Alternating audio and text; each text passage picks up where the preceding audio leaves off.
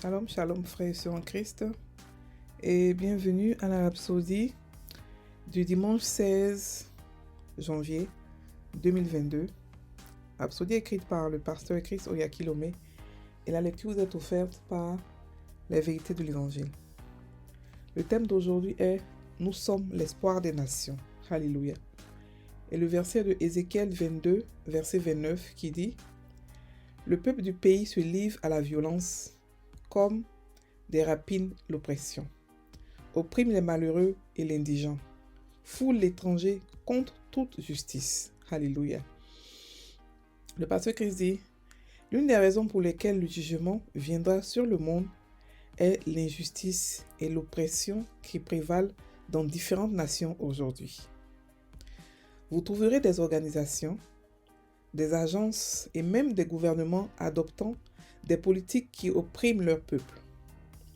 Ils utilisent des réglementations pour écraser et appauvrir davantage des personnes déjà pauvres et nécessiteuses dans leur société, tout en créant des opportunités pour eux-mêmes et leurs alliés. Pour certains, ce problème est simplement un problème politique, mais nous savons d'après les Écritures que c'est plus que de la politique, c'est spirituel. La Bible nous dit, dans le livre d'Ésaïe, comment un mauvais esprit est responsable de l'appauvrissement de nombreuses nations dans le monde aujourd'hui. Ésaïe 10, versets 13 à 14 dit « J'ai supprimé les frontières des nations, j'ai pillé leurs trésors. Comme impuissant, j'ai assujetti leurs rois. Comme on atteint un nid, ainsi ma main s'est emparée de la richesse des nations.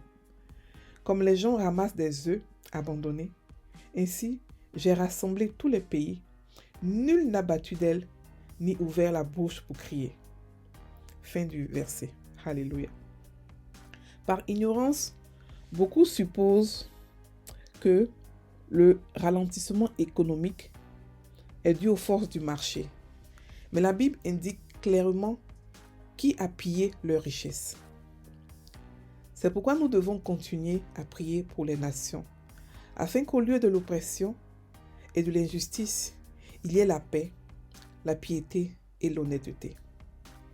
Il sait que cela est possible de nos jours. C'est pourquoi il nous a demandé de prier. Exerçons notre autorité et notre domination en Christ sur les nations. Nous sommes les seuls à pouvoir libérer les nations. La Bible dit que la création attend avec un ardent désir la révélation des fils de Dieu. Romains 8, verset 19. Nous avons l'autorité au nom de Jésus pour changer les choses dans les nations. Alors, utilisez le nom de Jésus contre ces puissances démoniaques et brisez leur emprise et leur influence. Déclarez par l'Esprit la puissance et la justice sur les dirigeants de votre communauté, de votre ville, village, nation ou organisation où vous travaillez. Au nom de Jésus. Amen. Aujourd'hui, le pasteur parle de ce que nous sommes pour les nations. Il dit que nous sommes l'espoir des nations. Que nous sommes les seuls à pouvoir arrêter la violence, l'oppression, l'injustice, la pauvreté dans les nations. Il explique que plusieurs croient que la vie devient de plus en plus dure aujourd'hui parce que, à cause de raisons politiques ou économiques. Mais cela n'est pas le cas. Il y a des pays où les gouvernements oppressent leur peuple. Il y a des pays où les grandes compagnies oppressent le peuple, rien que pour de l'argent. Il a expliqué ici dans Ésaïe comment est-ce que le diable est content en expliquant ce qu'il a fait, ce qu'il fait aux nations aujourd'hui. Il a dit dans Ésaïe 10, versets 13 à 14 que « J'ai supprimé les frontières des nations. J'ai pillé leurs trésors. Comme un puissant, j'ai assujetti leurs rois. Comme on atteint un nid, ma main s'est emparée de la richesse des nations. Comme des gens ramassent des œufs abandonnés, ainsi j'ai rassemblé tous les pays. Nul n'est battu d'aile, ni ouvert la bouche pour crier. » Il a dit qu'en fait, il a fait un vol organisé. Il a dit qu'un vol même Même pas organisé, c'est-à-dire que certains, ils se vantent d'avoir volé, d'avoir pillé les nations sans que personne ne dise quoi que ce soit. Alléluia. On ne fait pas de politique en tant que chrétien. On peut en faire si on le veut, parce que c'est nous qui dirigeons ce monde. Mais nous voyons aujourd'hui avec ce qui s'est passé avec le coronavirus, comment est-ce que beaucoup de nations ont été mises à genoux. Beaucoup de nations ont perdu, beaucoup de compagnies ont perdu leur business.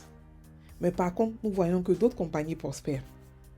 On nous dira que ce sont les opportunités et qu'il faut ouvrir ses yeux et tout ça, c'est bien beau.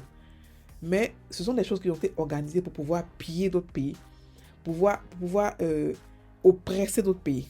Nous voyons aujourd'hui l'injustice de ce monde.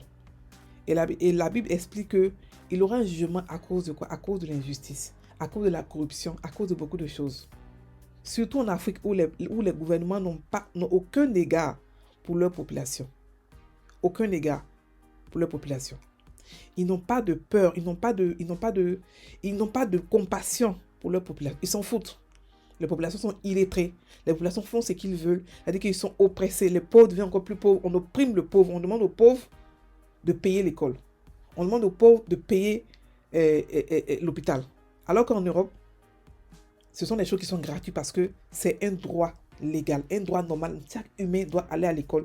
Chaque humain doit se faire soigner. Donc nous voyons l'injustice partout aujourd'hui. Et nous les chrétiens, c'est notre devoir de pouvoir aider tous ces pays-là.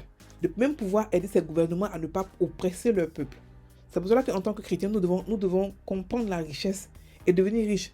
Parce que quand nous devenons riches, nous aidons les populations, nous aidons les gouvernements à ne pas oppresser leur population. Alléluia. Et nous devons aussi prier pour ces populations, nous devons prier aussi pour ces gouvernements. Chaque matin ici, nous prions chaque matin, sauf le dimanche, nous prions pour les gouvernements. Nous prions un pays et nous prions pour ces gouvernements. Parce que quand les gouvernements sont remplis de la justice et l'amour de Dieu, ils n'oppressent pas leur population. Alléluia. Mais nous voyons aujourd'hui que l'amour de l'argent a pris le dessus. Et les populations sont oppressées. Les riches deviennent riches, les pauvres deviennent pauvres. Alléluia. Et cela n'est pas normal, cela n'est pas légal. Parce que Dieu n'a pas envoyé des gens sur cette terre pour être pauvres. Non, Dieu n'a pas fait ça. Dieu sait que chaque pays a ses sources, a ses ressources naturelles, a ses richesses. Donc chaque pays peut se contenter, peut vivre avec ce qu'il a.